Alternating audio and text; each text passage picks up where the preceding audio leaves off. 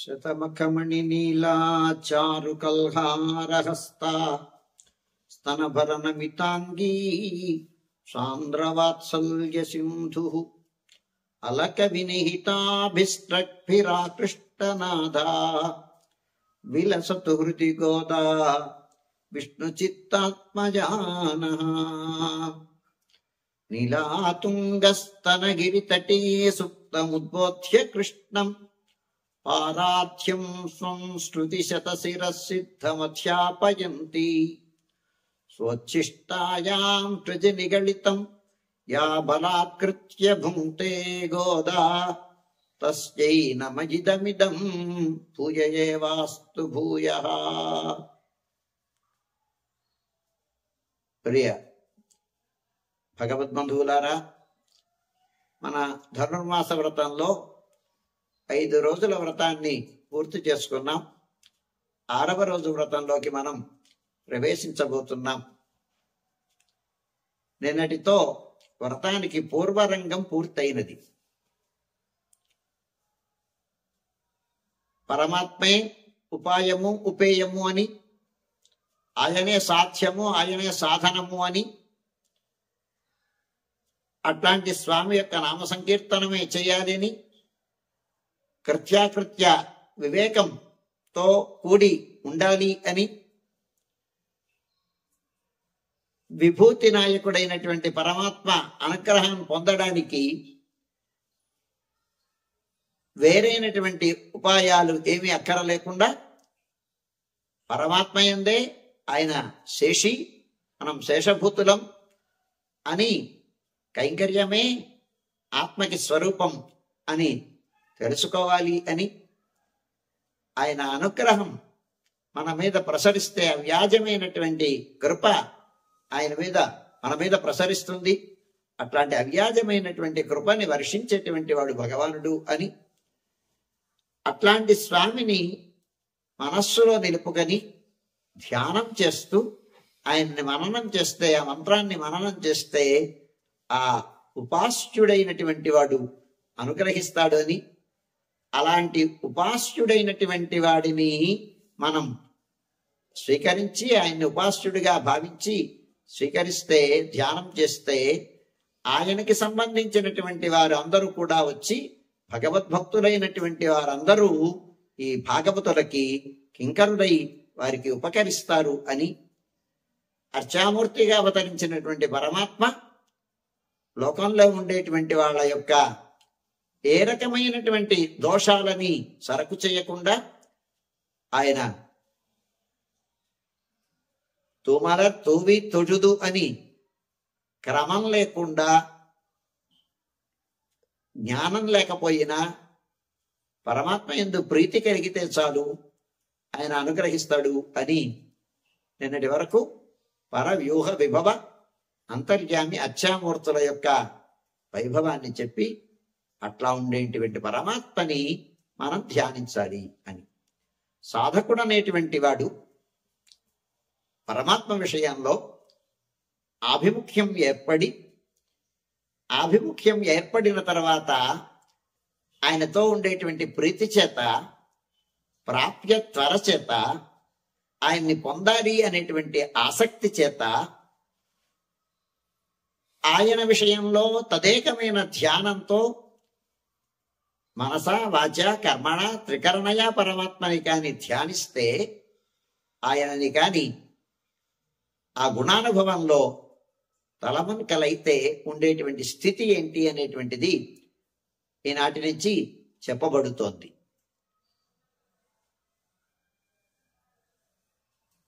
గోపికలందరూ వ్రతానికి ఉద్యుక్తులై ఉన్నారు. ముందు లేచినటువంటి వాళ్ళు అనుకున్నారు, మనం ఇవాళ మీరు లేస్తే మమ్మల్ని అందరినీ కలిసి వెళదాం కృష్ణయ్య దగ్గరికి, వెళ్ళి మన వ్రత నిర్వాహకుడైనటువంటి పరమాత్మని మనం ప్రార్థిద్దాం అని ఆయన దగ్గరికి వెళ్ళడం కోసమని, వ్రతానికి మనం అందరం కలిసి వ్రతం చేయాలి అని అనుకున్నారు. అనుకుంటే నిన్నటి రోజున ఏమంది, ఒక ఆమె మన యొక్క కర్మబంధాలు ఉన్నాయి కదా, ఇవి విడిపోతే కానీ పరమాత్మని చేరగలమా, మనం ఈ కార్యక్రమం చేయగలమా అంటే, కర్మబంధాలు అనేటువంటివి పరమాత్మ యందు ఆభిముఖ్యం కలిగితే మనంతట మనం పోగొట్టుకునేవి కాదు, పోగొట్టుకుంటే పోయేవి కాదు. పరమాత్మ అనుగ్రహం అనేటువంటిది ప్రసరిస్తే వాటంతట అవే పోతాయి అని పోయపిషయం పుగుతరువా నిన్ననవిన్ తీనిల్ తుషాకం చెప్పు అని నిన్నటి రోజున చెప్పుకున్నాం. దూదిలో నిప్పులో వేసినటువంటి దూది పింజలలాగా మన కర్మ సంస్పర్శ కలిగినటువంటి పాపాలన్నీ పోతాయి, ఉత్తర పూర్వాగాలన్నీ నశించిపోతాయి అని. ఇప్పుడు పరిశుద్ధమైనటువంటి వారు ఆ పరిశుద్ధమైనటువంటి భగవద్గుణానుభవంలో తలముంకలైనటువంటి వాళ్ళై అయినందువలన అందులో ఒక్కొక్కరి యొక్క భావాన్ని బట్టి, వారి యొక్క స్వభావాన్ని బట్టి, ప్రకృతిని బట్టి వాళ్ళ యొక్క అనుభవం ఉంటుంది. ఆ అనుభవాన్ని పురస్కరించుకొని ముందు లేచినటువంటి వాళ్ళు, కొంతమంది నిద్రే పట్టనటువంటి వాళ్ళు, కొంతమంది ఆ అనుభవంలో తలముంకలైపోయి అవి ఉన్మస్తకమైపోయి అందులో ఉండిపోయినటువంటి వాళ్ళు, ఇలాగ రకరకాలైనటువంటి వాళ్ళ అనుభవాలని బట్టి, వాళ్ళ యొక్క స్వభావాల్ని బట్టి, ఆ అనుభవాల్ని బట్టి ఒక్కొక్క గోపికని వాటి నుంచి మేల్కొల్పుతూ పెడతారు అంటాడు. వాటి నుంచి 10 రోజుల పాటు సంవాదపూర్వకంగా జరుగుతుంది.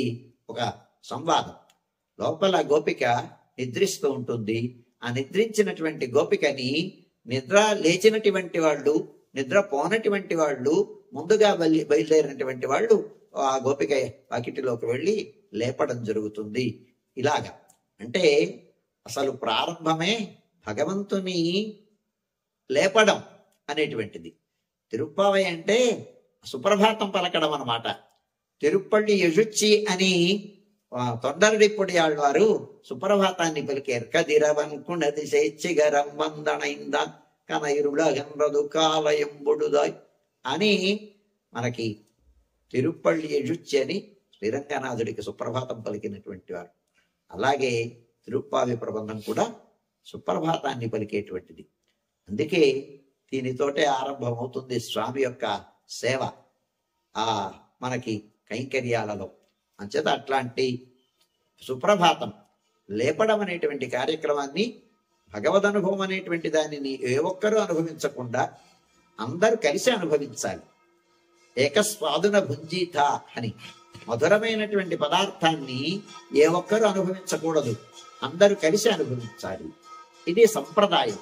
అంచేత భగవంతుని యొక్క అనుభవం అనేటువంటిది పరాకాష్ఠ స్థితికి, ఆ అనుభవం మనకి అనుభవంలోకి రావాలంటే భాగవత కైంకర్య పర్యంతం, భాగవత నిష్ఠ పర్యంతం అది మనకి ప్రసరించాలన్నమాట. అప్పుడే అది పూర్తయినట్టు. అంచేత భాగవత గోష్ఠి పురస్సరంగా పరమాత్మని సేవించాలి అని. ఒక్కళ్ళం పరమాత్మని సేవించకూడదు. అందుచేత భాగవతుల గోష్ఠిని ముందు పెట్టుకొని ఆ స్వామిని సేవించాలి. అందుచేతే ఆయనకు ముందు పుట్టినటువంటి వాడు, తర్వాత పుట్టినటువంటి వాడిని తోడ్కొని వెళ్ళాలి అని. అందుచేత ఆ గరుత్మంతుణ్ణి ముందుంచుకొని వెళ్ళాలి అని గరుడధ్వజుడైనటువంటి ఆయన కోయిలలో ఉండేటువంటి శంఖ నాదము మనకి వినిపిస్తోంది.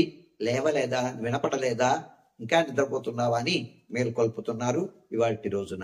పుళ్ళుం సిలుంబినకాన్ పుళ్ళరజిన్ కోజిల్ வெள்ளை விடிசெங்கின் பேரரவன் கெட்டிலையோ பிள்ளாய் எழுந்திராய் பெய்முலை நஞ்சுண்டு கள்ளச்சகடம் கலக்கழிய காலோச்சி வெள்ளத்தரவில் துயிலமர்ந்த வித்தினை உள்ளத்து கொண்டு முனிவர்களும் யோகிகளும் மெல்ல விழுந்து அரியன்ற பேரரவம் உள்ளம் புகுந்து குளிர்ந்து ஏலோரெம்பாவாய். పుళ్ళుం సిలుంబినకాన్. ఈ ముందు మేల్కొన్నటువంటి గోపికలు, కన్యలు నడిచి వెళుతున్నారు. వెళుతూ ఉన్నప్పుడు అందరూ కూడి వ్రతం చేయాలనుకున్నాం కదా, ఆ అందరూ వచ్చారో లేదో చూసుకొని రానటువంటి గోపికని ఒక ఆమెని లేపుతున్నారు ఇవాళ. పుళ్ళుం సిలుంబినకాన్, పక్షులు లేచేయి చూడు అని. పక్షులు లేచేయి చూడంటున్నారు. పక్షులా వీరిని లేపేది అంటే పక్షులు, భరద్వాజ పక్షులు, కీచు పక్షులు లేచాయి ఇంకా లే అని. అంటే విల్లిపుత్తూరులో పక్షులు రొదలు చేస్తూ ఉంటాయి. ఆ పక్షుల రొద వలన తెల్లారిందనుకొని భ్రమపడి లేచిపోతూ ఉంటారు. అంచేత పక్షులు రొద వలన అది ప్రభాత సూచకమా. మలయపు గాలి రేలు వనమాలి విమాన పతాక గల్లు మంచుయను కిమిన్నల ముతతీయ హేమవర్ణాంచల చంపక శాఖలందు పక్షులు రుదసేయ వేగనని కూడుదురల్కలు తీరి దంపతు అంటాడు రాయలవారు. వెల్లిపుత్తూరులో ఆ భద్రసాయి వడపేరుకోయుడయాన్ సన్నిధి ఉంది. ఆ సన్నిధి పక్కన ఒక సంపెంగ చెట్టు ఉందిట. ఆ సంపెంగ చెట్టు మీద పక్షులు ఉన్నాయి. ఆ ముందుని వడపెరుకోయుడయాన్ సన్నిధి కదండి, ఆ ముందు ధ్వజస్తంభం ఉంది. ఆ ధ్వజస్తంభం పైన గంటలున్నాయి.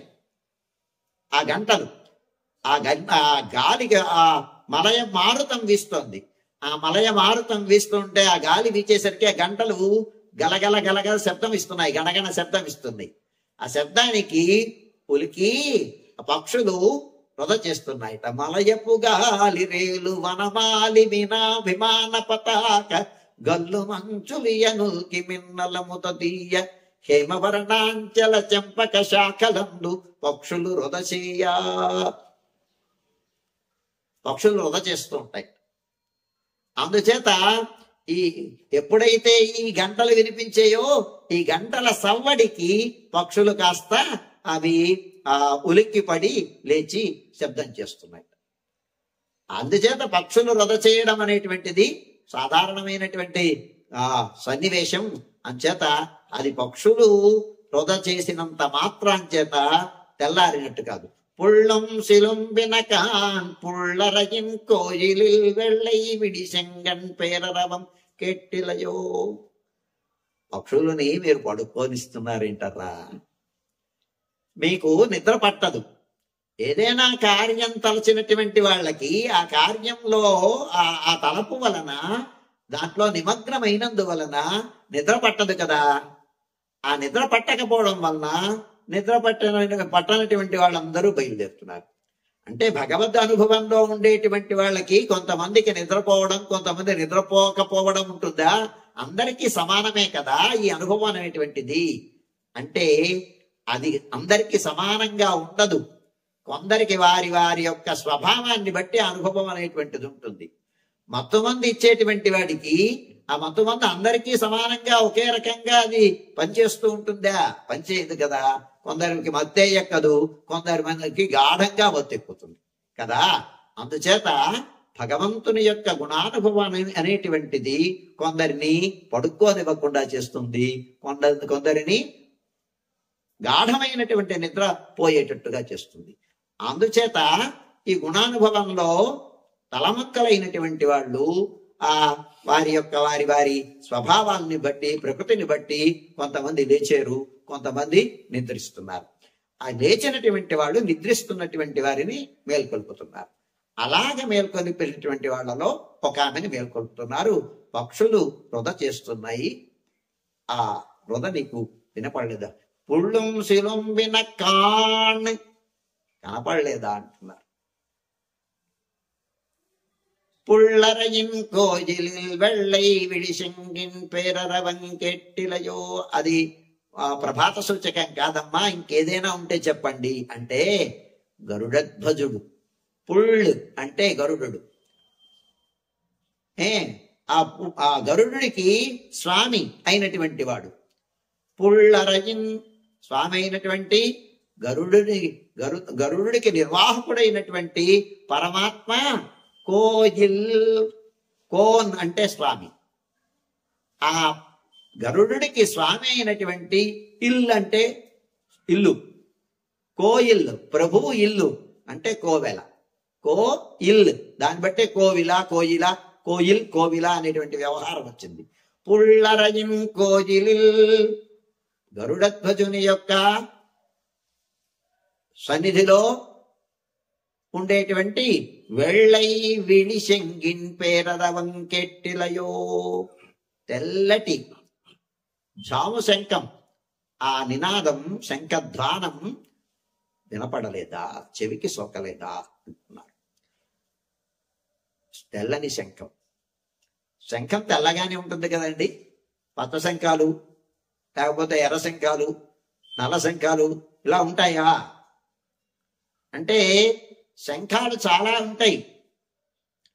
ఆయా శంఖనాదం అనేటువంటిది ప్రణవం, స్వచ్ఛమైనటువంటి ఆ స్థితిని మనకి ప్రస్ఫురింపచేసేటువంటిది. వీళ్ళు ఏ రకమైనటువంటి ఇతర దేవత సంపర్కం లేకుండా, ప్రకృతి సంపర్కం లేకుండా ఉత్తర పూర్వాగాలన్నీ పోయాయని చెప్పారు కదా నిన్న.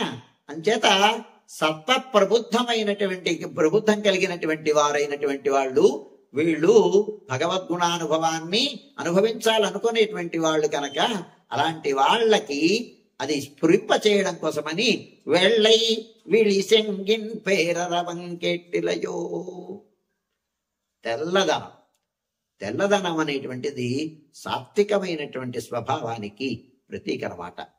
అంచేత ఆ తెల్లని శంఖం వెళ్ళి విడిశంగిన్ అంటున్నారు. ఇది వ్యర్థం అవుతోంది కదా ఈ విశేషణం అంటే. ఇది పరమాత్మ యొక్క విళిశంగిన్ పేరరవం.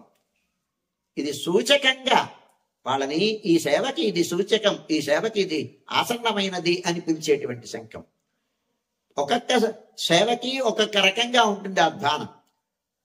ఆవులు కొండెక్కిపోయి మళ్ళీ దిగి రాకుండా ఉంటే కన్నయ్య శంఖధ్వానం చేసేవాట. అవి తిరిగి మళ్ళీ రావడానికి ఒకటి. అలాగే ఆలయంలో ఆరాధనకు ఉపక్రమిస్తున్నప్పుడు ఈ ఆరాధన సమయం ఇది అని దీనికి ఆసన్నమైంది, మీరు రండి అని చేత్తో పిలవడానికి ఆ సైగ చేయడానికి తగినట్టుగా ఉండేది. విళిశంగిన్ వెళ్ళై, తెల్లని ఒక సూచకంగా పిలవడానికి సాంకేతికమైనటువంటి ఒక విధానంగా చెప్పడం కోసమని విళిశంగిన్ పేరరవంకెట్టిలయో. అందరూ లేచిన తర్వాత కదా ఆలయాలలో స్వామికి కైంకర్యం చేయడానికి, సేవ చేయడానికి సమయమైంది. ఆ శంఖధ్వానం నీ చెవిని పడలేదా అనేసరికి పిళ్ళాయ్ యశుండిరాయ్ అని, పిల్ల ఇంకా ఇవాళే కొత్తగా భగవదనుభవంలోకి అడుగిడినటువంటి అమ్మాయిది. సాధకులైనటువంటి వాళ్ళు అప్పుడే మంత్రోపదేశం పొంది మంత్ర అనుష్ఠానం చేయడం కోసమని ఉద్యుక్తులయ్యి అవేళే ఇంకా ప్రారంభించినటువంటి వాళ్ళు ఎలా ఉంటారండి? ఈ ప్రకృతి వాసన వలన లేదా అందులో కొత్త ధనం వలన అవి అందులోనే తలముక్కలైపోయి ఆహా స్వామి వైభవం ఇట్టాటిదా అని అదే మననం చేసుకుంటూ ఉన్నందువలన ఉన్మస్తకమైపోయి అందులో ఉన్నటువంటి వాళ్ళు. పిళ్ళాయ్, అమ్మా నీకు తెలియదు, ఇంకాను కేవలం భగవద్ అనుభవమే అనుకుంటున్నావు. ఈ భగవద్ అనుభవం లభించాలంటే భాగవత గోష్ఠి పురస్సరంగా భాగవత గోష్ఠి అనుభవం కూడా ఉండాలి. అంచేత వారితో కూడి వెళ్ళాలి తప్ప ఏకంగా ఏకస్వాదున భుంజీత నువ్వు ఒక్కరితోనే అనుభవించకూడదు. అందుచేత నలుగురితో కలిపి వెళ్ళాలనుకున్నాం కదా స్వామి దగ్గరికి, అప్పుడే అనుభవాన్ని అనుభవిస్తున్నావా? చిన్నపిల్లవు కదా నువ్వు అని ఆ పిల్లాయుండిరాయ్, చిన్నపిల్లలు ఎంత లేపినా లేపరు కదండి. అంచేత పక్షులు కూస్తున్నాయి అన్నా లేదు, శంఖధ్వానం వినిపించలేదా అన్నా లేదు. ఇంకా పడుకుందాం చూస్తుంటాం కదా మనం ఇళ్లలో. అలాగే ఆమె కూడా చిన్నపిల్లలు కదండి. అంచేత భగవద్ అనుభవానికి ఇంకా పూర్తిగా ఆ భాగవత గోష్ఠి పురస్సరంగా వెళ్ళాలి అనేటువంటి జ్ఞానం ఇంకా పరిపక్వ దశ రాకపోవనందువలన ఈమె కేవలం భగవద్ అనుభవంలో ఉంది అని సూచించడం కోసమని పిళ్ళాయ్ యశుండిరాయ్ పేములెనంజుండు. స్వామి లేమ్మా, లేచేం చేయాలి మనం అంటే పేములై నంజుండు, పెద్ద రాక్షసి పూతన యొక్క స్తన్యములను ఆరగించినటువంటి వాడు అని. ఈ పేములె నంజుండు కళ్ళచ్చగడం కలకళ్య కాలోచి. శకటాసుర భంజనం చేసినటువంటి వాడు. ఆయన యొక్క ఆ వీర చరితాలని సంకీర్తనం చేసుకుంటూ వెళ్ళాలి మనం. అంచేత పూతన స్తన్యం రెండు, అహంకార మమకారాలు ఈ రెండు పోవాలి మనకి. విషస్తన్యం సాధారణంగా స్తన్యం మాతృస్తన్యం స్వీకరిస్తే బలవర్ధకం కదండి అది. అలాంటిది పెద్ద తాయిపోల్ అంటారు ఆళ్వార్లు.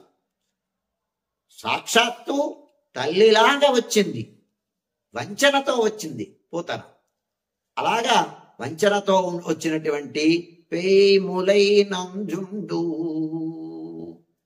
ఆ విషస్తన్యాన్ని ఆరగించినటువంటి వాడు. కళ్ళచ్చగడం కలకళ్య కాలోచి, వాళ్ళ అమ్మే పెట్టింది ఈయనకి రక్షగా ఉండడం కోసం. ఎప్పుడైతే పూతన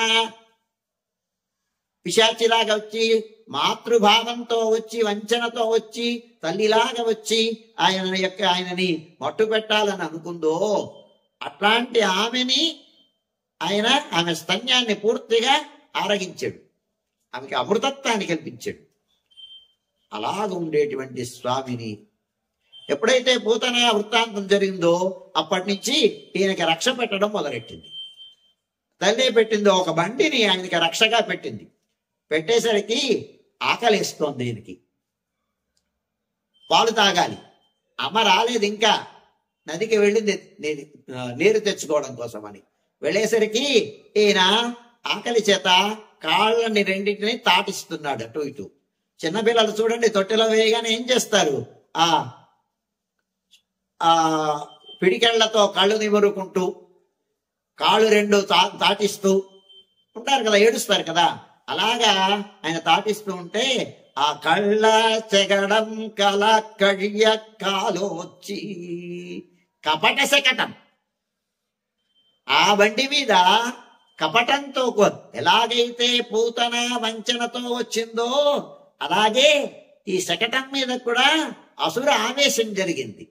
వంచనతో వచ్చింది, ఈయనకి రక్షగా ఉండేటి దాని అందే అసురావేశం జరిగింది. అట్లాంటి ఆ శకటాన్ని కళ్ళచ్చగడం కల కడియ కాలోచి, ఒక కాలు తాచి ఉరికే దానికి.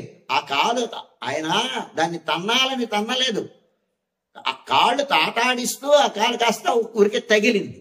తగిలేసరికి ఆ శకటం సంధిబంధాలు పెడలిపోయి, రెండు చక్రాలు పిడితికిపోయి విడిపోయి. అంటే భగవంతుని యొక్క పాద సంస్పర్శనం వలన అహంకార మమకారాలు రెండు పోతాయి, భవబంధాలు దూరం అయిపోతాయి అనేటువంటిది ఇందులో మనకి స్ఫురింపచేస్తున్నారు ఆండాళ్. ఈ రెండు పోవాలి. పరమాత్మని పొందడానికి ఆ ప్రకృతి బంధమైనటువంటి ఆ స్పర్శ పోవాలి, అలాగే నేను నాది అనేటువంటి అహంకార మమకారాలు పోవాలి అని స్ఫురింపచేయడం కోసం. అవి ఎప్పుడు పోతాయి అంటే పరమాత్మ యొక్క పాద సంస్పర్శనం కదా. పునఃశంకరదాంక కల్పక ధ్వజారవిందాంకుశ వజ్రలాంఛనం త్రివిక్రమ తచ్చరణాంబుజద్వయం మదీయ మోష్ఠానం అలంకరిష్యతి అని ఆయన పాద సంస్పర్శనం వలన కదండి పునీతం అవుతాం.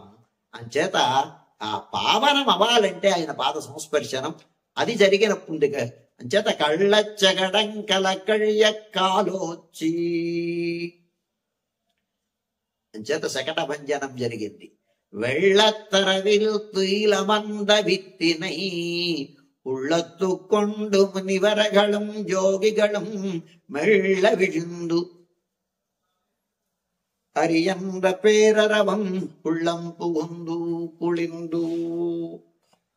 వెళ్ళత్తరవిల్ తెల్లని సుఖమైనటువంటి మృదువైనటువంటి మార్దవం కలిగినటువంటి ఆ పాప సిద్ధ పైన నిద్రించున్నటువంటి తుయిలమంద విత్తినై, మార్దవము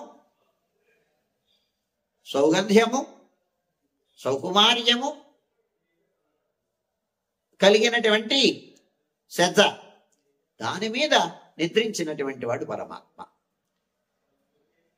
ఎప్పుడు ఇవన్నీ వస్తాయి అంటే నిర్మలమైనటువంటి స్థితిలో ఇవి కలిగినటువంటి అమంద విత్తినై జగత్కారణ భూతుడైనటువంటి పరమాత్మ. పాక్కడలి పయ్యత్తేంద్ర పరమనడిపాడని అనుకున్నాం ముందు. అలాగా ఏ రకమైనటువంటి ప్రకృతి స్పర్శ లేకుండా ఉండేటువంటి వాడు. అలాంటి ఆయనని ఉళ్ళత్తుకొండు ఆయన ప్రకృతి బంధాలు లేనటువంటి వాడు, మనలాగా ఉండేటువంటి వాడు కాదు ఆయన. అలాంటి పరమాత్మని మనస్సులో ఉంచుకొని ఏం చేస్తారు? మునివరగళం యోగిగళం మెళ్ళ విజుందు. మననశీలురైనటువంటి వాళ్ళు, యోగా అభ్యాసం చేసేటువంటి వాళ్ళు మునులు యోగులు. రేపల్లెలో మునులు యోగులు ఉన్నారా నందవ్రజంలో అంటే ఉన్నారండి. ఎలాగా అంటే కృష్ణావతార కాలంలో ఆ త్రేతాయుగంలో ఉండేటువంటి ఋషులందరూ ద్వాపర యుగంలో పశువుల కొట్టాలలో వాళ్ళు అక్కడ సన్నిధి చేసి స్వామిని సేవించడం కోసమని ఆ పడిగాపులు పడుతూ ఉంటారట. అలాంటి మునులు యోగులు మెళ్ళ విழுందు లోపల ఉండేటువంటి హృదయేన ఉద్దాహం హరిం అని ఆ లోపల ఉండేటువంటి స్వామికి లేచేటప్పుడు ఎక్కడ ఆయనకి ఇబ్బంది కలుగుతుందేమో అన్నట్టుగా పట్టుకొని లేస్తారట. ప్రహ్లాదుడు అలాగే కదండి స్వామిని. ఇది విష్ణు పురాణం చెప్పినది. అంచేత ఆయనకి ఏ రకమైనటువంటి వీరి గాబరగా లేవకుండా లేవాలి. అందుకే నిద్ర లేచేటప్పుడు పాదము కింద పెట్టడానికి ముందే హరిహరతి పాపాని దుష్ట చిత్తైరపి స్మృత అనిచ్చయాపి సంసృష్టో దహత్యేవ హి పావకః అని చదువుకుంటూ వెళ్ళాట. హరిహరి అని నామస్మరణ చేస్తూ లేవాలి. అంచేత మునులు యోగులు హరి హరి అంటారట అని లేస్తారట. చూడు, మునులు యోగులు లేచారు ధ్యానానికి, యోగానికి వేళయిందని వారందరూ కూడా అందులో మునుగుతూ హరిహరే నామస్మరణ చేస్తున్నారు అని. హరిహరతి పాపాని, పాపాలు. అంచేత దీని వలన నిద్ర లేచేటప్పుడు హరినామస్మరణం చేస్తూ లేవాలి అనేటువంటి విషయాన్ని మనకి ఇందులో చెప్పింది. అంచేత మునివరగళం యోగిగళం మెళ్ళ విழுందు అరియన్ర పేరరవం ఉళ్ళం పుగుందు ఉళిందు. వాళ్ళ యొక్క హరినామస్మరణం, హరినామం ఉచ్చారణ శబ్దం మన మనస్సుకి పెట్టి హరినామస్మరణం చేత మనస్సు చల్లబడి ఉళ్ళం పుగుందు మనస్సులో ప్రవేశించి కుళ్ళిందు చల్లబడింది అని పక్షులు నాదం చేస్తున్నాయి. తెల్లారింది. తెల్లారడానికి ఇది సూచకమా అంటే కాదు. ఇంకేదైనా చెప్పండి. మీరు లేచిన దగ్గర నుంచి మీరు ఈ ఊళ్ళో మీరు కృష్ణుడికి వ్రతం చెయ్యాలి అనుకున్న తర్వాత కృష్ణుడు ఆవిర్భవించి మీరు వచ్చిన దగ్గర నుంచి ఆయనతో ఉండేటువంటి సంబంధం చేత అసలు పక్షులకి నిద్ర లేకుండా చేస్తున్నారు మీరు కోలాహలం చేసి. అందువలన పక్షుల నాదం మనకి ప్రభాత సూచకం కాదు. లేదమ్మా మేము పేరరవం కేట్టులో వెள்ளై విడి శంగిన్ పేరరవం కేట్టులయో అని శంఖనాదం మీరు పోని కోవిలలో ఆ కైంకర్యాలకి సుప్రభాతానికి ఆ సమయం ఆసన్నమైందని చేసేటువంటి శంఖనాదం విను. ఆ శంఖనాదం కూడా అది దానం కాదు. మీరు ఆయనకి ఇష్టమైనటువంటి శంఖాన్ని మీరు తీసుకొని మీరు దాన్ని ధ్వనింపచేయచ్చు. అది కాదు అంటే ఇంకా సమాధానం చెప్పడానికి అవకాశం లేక ఉంటే మెల్లకుండా ఉండేసరికి సరే ఆయన యొక్క నామ సంకీర్తనం చేస్తే ఆ వీర చరితాలని గాథల్ని కాని సంకీర్తనం చేస్తే లేచి వస్తుంది. మని పేములెనంజుండు కళ్ళచ్చగడం కలక్కడియక్కాలోచి వెళ్ళత్తర విల్తు ఇలమంద విత్తినై అని సంకీర్తనం చేశారు. ఆ పూతన ఆ స్తన్యాన్ని అరగించినటువంటి వాడు, పూతనా సంహారం చేసినటువంటి వాడు, శకటాసుర భంజనం చేసినటువంటి వాడు, యోగనిద్రాడువై ఉండేటువంటి ఏ రకమైనటువంటి ఈ ప్రకృతి స్పర్శ లేకుండా ఉండేటువంటి స్వచ్ఛమైనటువంటి పరమపురుషుడు అయినటువంటి ఆయన నామాన్ని ఆయన్ని మనసులో ఉంచుకొని ఆయన నామ సంకీర్తనం చేసేటువంటి మునులు యోగులు వాళ్ళ ఆ కోవెల యొక్క తలుపులు తీయడం కోసమని వెళుతున్నారు వాళ్ళు. వాళ్ళని చూడు అనేసరికి ఆ సంకీర్తనం చేసేసరికి నువ్వు లేచి రావాలి, నీ మనస్సు చల్లబడాలి అని ప్రార్థించారు ఆండాళ్ ఇవాటి రోజున. ఆచార్యుడు జ్ఞానానుష్ఠాన సంపన్నుడైనటువంటి వాడు. ఆయనని పక్షితో పోలుస్తాం మనం. పక్షికి 2 రెక్కలు ఉంటాయి కదండి. ఆ రెక్కలు ఒకటి జ్ఞానము, ఒకటి అనుష్ఠానము. ఈ 2 రెక్కలు జ్ఞానానుష్ఠానములు ఉన్నందువలన వీర విహారం చేస్తుంది, స్వైర విహారం చేస్తుంది పక్షి. ఆకాశంలో తన వెళ్లాల్సినంత దూరం ఎత్తుకైనా వెళ్ళగలుగుతుంది. ఈ 2 కలిగినటువంటి వాడు జ్ఞానము, అనుష్ఠానము, ఈ 2 సమానంగా కలిగినటువంటి జ్ఞానానుష్ఠాన సంపన్నులైనటువంటి వారు భగవద్ అనుభవాన్ని అనుభవిస్తారు. అంచేత అది అనుభవించాలంటే జ్ఞానానుష్ఠానములు కావాలి అని ఆచార్యుల యొక్క సమాశ్రయణం చేయాలి, భాగవత సమాశ్రయణం చేయాలి. చేసినందువల్లనే భగవత్ ప్రాప్తి అనేటువంటి సందేశాన్ని ఈ పాసురంలో మనకి బోధిస్తారు.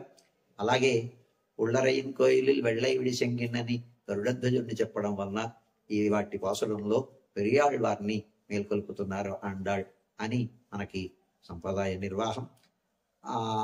అంతేకాకుండా పరమాత్మని సేవించాలంటే శ్రవణం, కీర్తనం, విష్ణోస్మరణం, పాదసేవనం అని నేను చెప్తాం కదా.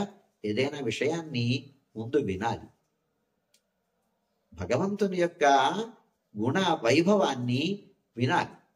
విన్నందువలన ఒకసారి వింటే చాలదు, మళ్ళీ మళ్ళీ మళ్ళీ మళ్ళీ మళ్ళీ మళ్ళీ ఇదం గుహ్యతమం అంటాడు. ఇదం శృణు మైత్రే, ఇదం శృణు, ఇదం శృణు, ఇదం శృణు అని విను విను విను విను అంటాడు పరమాత్మ. విన్నందువలన ఒకసారి కాకుండా మళ్ళీ మళ్ళీ మళ్ళీ మళ్ళీ విన్నందువలన ఆ విన్నటువంటి ఆ విషయం మన మనస్సుకు బట్టి ఆ మనస్సులో అది ముద్ర వేసుకుంటుంది. ఆ ముద్ర వేసుకున్నందువలన మననం ఏర్పడుతుంది. అంచేత సాధకుడికి తొలిమెట్టయినటువంటిది మంచి మాటల్ని వినాలి, సత్సాంగత్యం చేయాలి, మంచి మాటల్ని వినాలి. విన్నందువలన ఒకసారి వింటే చాలదు, మళ్ళీ మళ్ళీ మళ్ళీ మళ్ళీ విన్నందువలన మనస్సు పరిశుద్ధం అవుతుంది, నైర్మల్యాన్ని సంతరించుకుంటుంది. అందుచేత సాధకుడి యొక్క మొట్టమొదటి మెట్టు వినడం అనేటువంటిది. అంచేత శాస్త్రాలని వినాలి, అలాగే స్వామి యొక్క వైభవాన్ని వినాలి. ఆ విన్నటువంటి ఈ చెయ్యదగని చెయ్యకూడనటువంటి కృత్యాకృత్య వివేకం కలిగినటువంటి విషయంలో శాస్త్ర పరిజ్ఞానం కావాలి. వీటినన్నిటినీ ఆపోషణం పట్టి విన్నందువలన అది ఎవరి వలన సాధ్యం అంటే ఆచార్య సమాశ్రయణం చేసి భగవంతుని యొక్క గుణ పౌష్కల్యాన్ని అంతటినీ ఆచార్యుల ద్వారా వినాలి. మళ్ళీ మళ్ళీ విన్నదాన్ని 10 మందికి తెలియచేయాలి, 10 మందితో కూడి దానిని అనుభవించాలి అనేటువంటి సందేశాన్ని ఈ పాసురంలో ఆండాళ్ళు మనకి అనుగ్రహిస్తున్నారు. పుళ్ళుం சிலும்பினகான் புள்ளரையின் கோயிலில் வெள்ளை விழிசெங்கின் பெயரற வங்கெட்டிலையோ பிள்ளாய் எழுந்திராய் பெய்முலை நஞ்சுண்டு கள்ளச்சகடம் கலக்கழிய காலோச்சி வெள்ளத்தரவில் துயிலமர்ந்த வித்தினை உள்ளத்துக்கொண்டு முனிவர்களும் யோகிகளும் மெல்ல விழுந்து அரியன்ற பேரரவம் உள்ளம் புகுந்து குளிர்ந்து ஏலோரிம்பாவாய். கர்க்கடே பூர்வ பௌர்ண்யாம் துளசி கானனோத்பவாம் பாண்யே விஸ்வம்மராம் கோதாம் வந்தே ஸ்ரீரங்கநாயகீம் நீலாதுங்கஸ்தனகிரிதடீ சுப்த உத்வோத்ய கிருஷ்ணம் பாரார்த்தியம் ஸ்வம் ஸ்ருதி சதசிரசித்தமத்யாபயந்தி சோச்சிஷ்டாயாம் த்ரிஜ நிகடிதம் யாவலாப்ருத்ய புங்கே கோதா தஸ்யை நமயிதமிதம் பூயஜேவாஸ்து பூயः. ஸ்வஸ்தி பிரஜாभ्यः परिपालयन्ताम् न्यायेन मार्गेण महीं महिषाः. गो ब्राह्मणेभ्यः शुभमस्तु नित्यम्. लोकाः समस्ताः सुखिनो भवन्तु. ओम अस्मद्गुरुभ्यो नमः.